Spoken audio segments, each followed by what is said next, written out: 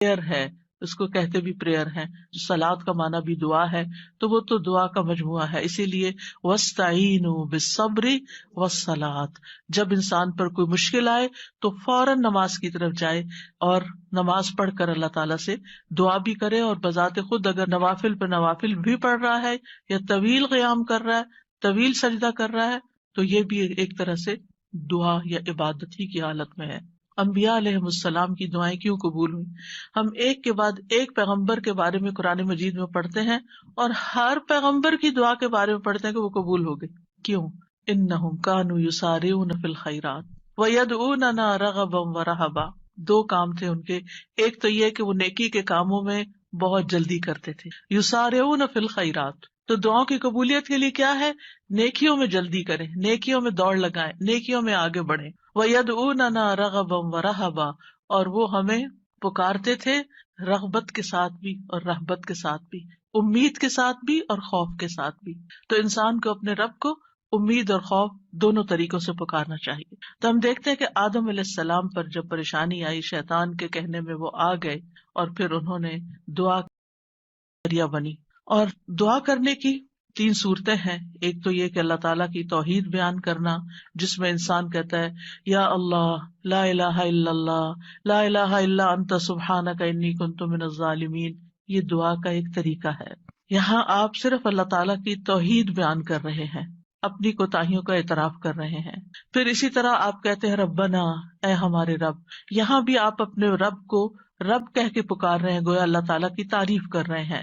اور پھر دوسرا طریقہ یہ ہے کہ اللہ تعالیٰ سے انسان صرف بخشش کا سوال کرتا رہے اور رحمت کا سوال کرتا رہے، جیسے استغفر اللہ استغفر اللہ استغفر اللہ.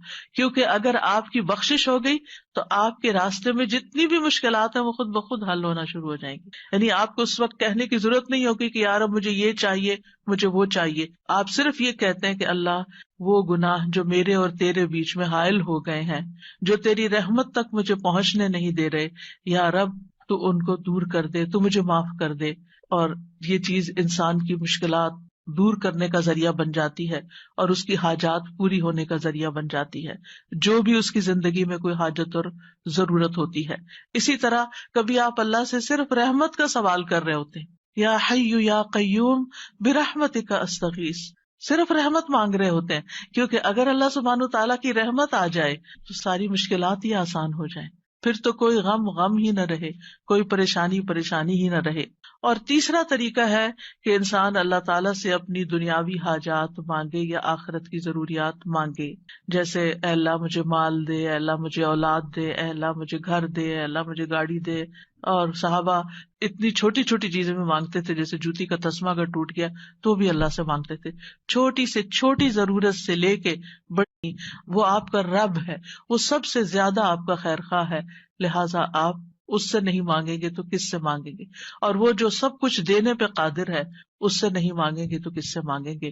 لہٰذا اس کو پکارتے رہنا چاہیے. تو نمبر 1 طریقہ صرف اللہ کی توحید بیان کرنا، اللہ کی تعریف کرتے رہنا. عرفہ کے دن کی سب سے بہترین دعا کیا ہے؟ لا الہ الا اللہ وحدہ لا شریک لہ لہ الملک ولہ الحمد وہو علی کل شیء قدیر. اس میں کیا مانگا آپ نے؟ کچھ بھی نہیں. آپ نے صرف اللہ کی توحید بیان کی ہے، لا الہ الا اللہ کہا ہے، وحدہ کہا ہے، لا شریک لہ کہا ہے، اپنے آپ کو اللہ کے لیے خالص کیا ہے. یہ دعا ہے. اور پھر دوسرا یہ کہ استغفار اور رحمت کی دعا. اور تیسرا کوئی بھی ضرورت جو ہو کسی بھی زبان میں، کسی بھی چیز کی، روحانی، جذباتی، مادی، دنیا کی، آخرت کی، کوئی بھی چیز وہ مانگتے چلے جائیں. ہم دیکھتے ہیں کہ انبیاء علیہ السلام